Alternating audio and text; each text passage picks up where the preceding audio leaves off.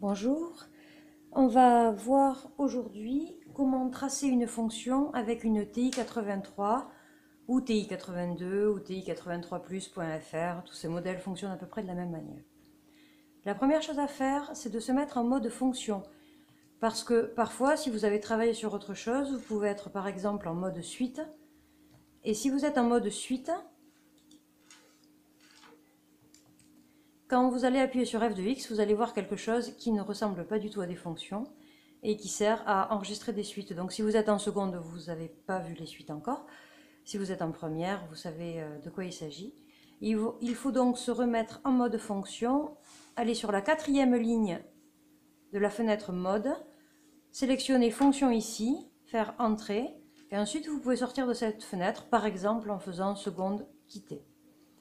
Vous allez ensuite définir votre fonction. Vous appuyez sur f de x et vous avez maintenant y1 égale, au lieu de u de n égale. Ici, vous allez taper votre fonction. La fonction que nous avons choisie, c'est 5x carré moins 3x plus 2. Donc, pour la taper, je vais la supprimer, je vais vous la retaper pour vous montrer comment on fait. 5. Le x, c'est la variable. Vous tapez sur la touche variable. Quand vous êtes en mode fonction, elle affichera un x automatiquement. En mode suite, elle affiche un n. Pour l'exposant 2, vous pouvez utiliser soit la fonction carré, soit puissance 2. Cette touche exposant ici, cette touche puissance, servira pour les autres puissances que 2. Moins, attention, pour le moins 3x, ceci est une opération, c'est le moins opération, pas le moins signe. Moins 3x plus 2. J'ai enregistré ma fonction. Si je voulais tracer simultanément deux graphes de fonctions, je pourrais enregistrer deux fonctions en même temps. Il faut maintenant que si je veux lire des valeurs de la fonction, je définisse les valeurs entre lesquelles je veux qu'elle me les calcule. Alors par exemple, si je veux commencer à x égale moins 1 et calculer les valeurs de 0,5 en 0,5, début de table, je marque moins 1. Attention, cette fois-ci, c'est le moins signe. Et le pas, 0,5. Point 5, ça veut dire 0,5. Hein. Si vous mettez 0,5, c'est la même chose. Pour avoir donc les valeurs de la fonction en certains points, maintenant, on appuie sur seconde et table. Ici, vous avez les valeurs de x, et ici, vous avez les valeurs de f de x correspondantes. C'est-à-dire, si on veut les utiliser pour placer des points sur un graphique, les abscisses et les ordonnées correspondantes. Le point d'abscisse moins 1 est d'ordonnée 10 et sur la fonction, et sur la représentation graphique de la fonction. La fonction passe aussi par le point de coordonnées 0, 2.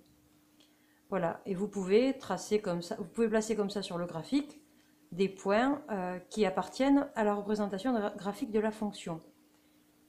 Ici, il n'y a pas de problème de valeur approchée, mais la calculatrice calcule des valeurs approchées la plupart du temps. Donc méfiez-vous, ce ne sont pas des valeurs exactes.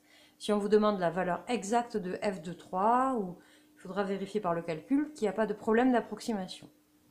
Maintenant, si je veux tracer le graphique, il faudra d'abord régler la fenêtre. Alors vous avez la touche fenêtre ici. Vous pouvez par exemple régler votre graphique pour que l'axe des x, c'est-à-dire l'axe des abscisses, soit affiché entre x égale moins 5 et x égale 5, gradué de 1 en 1. Ici j'ai réglé entre y égale moins 2 et y égale 10, gradué de 1 en 1 également. Et attention, si vous avez mal réglé ça, vous pouvez avoir une erreur à l'affichage de la fonction, parce que si vous lui demandez de tracer un graphique entre x égale 0 au minimum et x égale 0 au maximum, vous tracez la fonction sur un espace qui est inexistant, donc la calculatrice ne peut pas tracer la fonction, elle vous affiche une erreur. Ensuite, vous appuyez, quand vous avez fait ces réglages, vous appuyez sur graphe, et la calculatrice va vous tracer le graphe de la fonction. Si, quand vous appuyez sur graphe, vous obtenez l'erreur dimension invalide, il faut essayer cette astuce. Si elle ne marche pas, j'en ai pas d'autre, à part vérifier que la fenêtre était bien réglée. Vous faites seconde, graph stat ici, vous descendez à la 4e ligne, vous faites entrée et encore entrée. Et maintenant, si vous retentez d'afficher votre graphe, normalement ça fonctionnera.